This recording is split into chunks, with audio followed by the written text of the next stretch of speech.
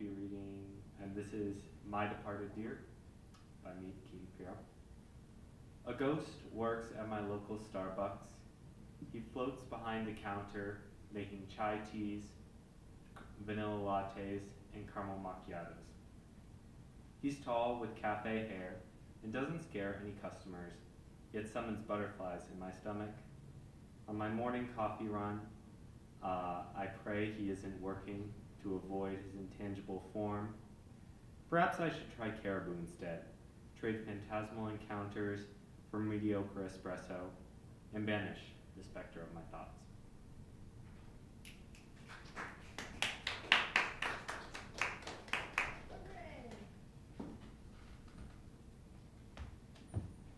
Thank you, Keaton. Who would like to go next? Do we have any volunteers? Carolyn?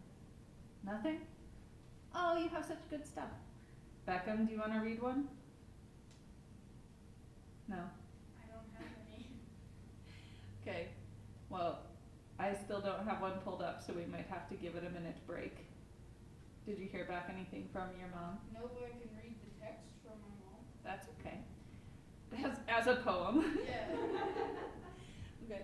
Well, I will look again to see if I can pull something up and maybe jog something in any of your memories that you want to share. I have one memorized. Yes! See? See, Carolyn? Go, Carolyn.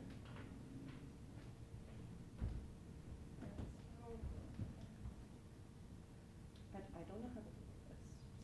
Yep. Oh, that worked. There you go. So this is the Jabberwocky. I've had this memorized since 8th grade. Twas brillig and the slithy toves did gyre and gimble in the wave. All mimsy were the borogoves, and the mome rats outgrave.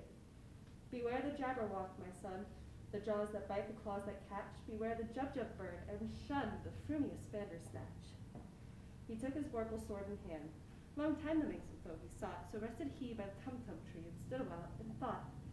And another thought he stood, the Jabberwock, with eyes of flame, came whiffling through the tulgey wood, and burbled as it came. 1, 2, 1, 2, and through it and through. The vorpal blade went snickerstack. He left its head, or he left it dead, and with his head he went galumphing back. And hast thou slain the Jabberwock? Come to my arms, my beamish boy. Oh, fractious day, calloo, callay, he chortled in his joy. 'Twas brillig and the slithy toves, the gyre and gimble in the wave. All mimsy were the borogoves, and the mome rats outgrabe. That's it. I haven't heard that in so long. That was great. Anybody else? Keaton, did you have another one? Yeah, I could go. Yes. Poet laureate of the night. Multiple features.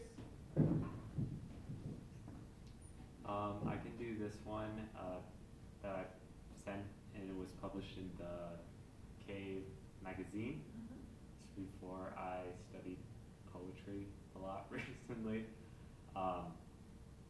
Imagine the bliss to not know you exist, to not have to miss the sweetness of your kiss.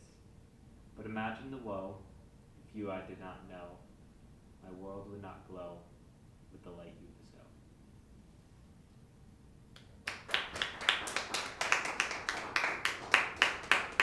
And then I have another one I could do memorized. This is the poem that took the place of a mountain by Wallace Stevens. Put this up a little bit, there we go. There it was, word for word, the poem that took the place of a mountain. He breathed its oxygen, even when the book lay turned in the dust of his table.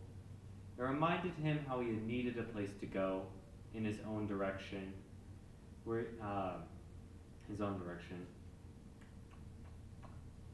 how he had shifted the rocks, how he had recomposed the pines, shifted the rocks, and picked his way among the clouds for the outlook that would be right, where he would be complete in an unexplained completion. The exact rock, where his inexactnesses would discover at last the view towards which they had edged, where he could lie and gazing down at the sea, recognize his unique and solitary home.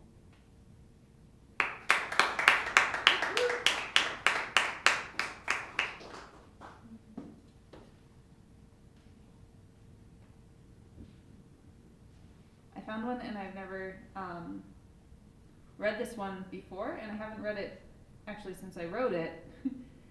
It's a journal entry from April 4th, 2020, which was right after like pandemic became real in my mind, like was happening here. So I don't know what's going to happen with this reading.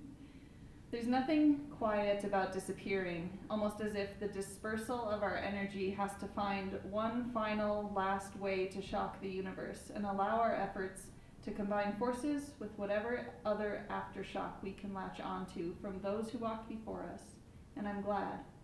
I am, in these quiet times of gathering for the decimation that I have had a hand to hold, and I realize, after all, that it doesn't really matter how you gained access to my heart, whether it was through the quite innocent and covert passing of a simple key, or through the pounding, constant battering rams of 100 former lovers destroying my defenses one by one, or score by score, because regardless of the method, we are here, now, watching the collapse of the world around us as a song. The Pixies' Where Is My Mind plays around us, and we do not fear the way my yawns encompass your exhales, or the subtle mist of my breath that passes to your forehead as I kiss you, solid and mine, and set firmly against the idea of our demise. And we breathe sometimes together as we sleep, and I imagine the whole bed becomes a lung, which heaves with life that we've poured into it, the same way that those two little hearts down the hall beat with the very essence of creative force with which we built their forms, both loud and different, and disdainful of the sudden stillness that has cast its shadow across our lives. We cling to one another because there is nothing else left to grasp.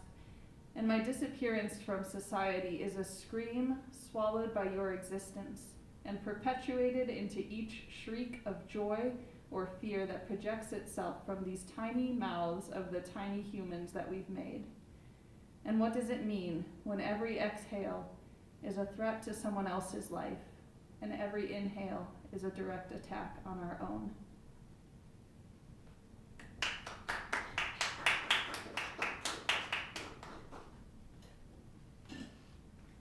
Anybody else? Carolyn, are you looking up another one? No? Okay. I could text my mom for a phone, but No, it's she okay. still isn't responding. That's all right.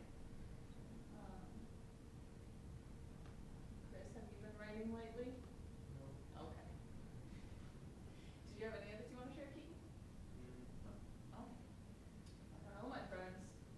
Dexter, what do you think? I'm working on one of my poetry right now. Yes. So if someone can go for me, I'll have the song out on my phone. Okay. I don't know if I have another one.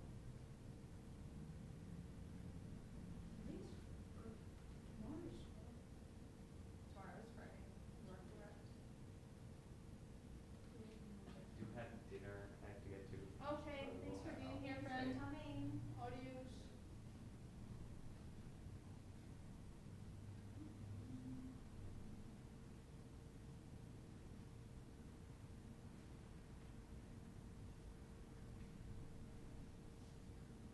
Okay. Well, I'll just read this one real quick then. This is not my poem. I like to say that first and foremost. But it is by Andrea Gibson. It says, "A difficult life is not less worth living than a gentle one. Joy is simply easier to carry than sorrow, and your heart could lift a city from how long you've spent holding what's been nearly impossible to hold.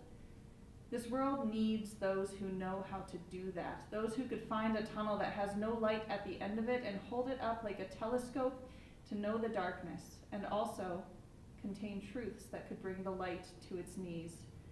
Grief astronomer, adjust the lens, look close, and tell us what you see." I like that one.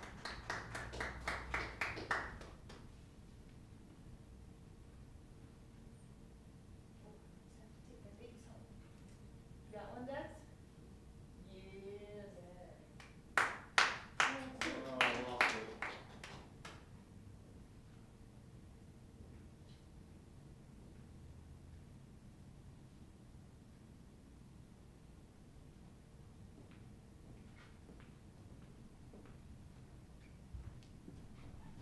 poem's called 5 a.m.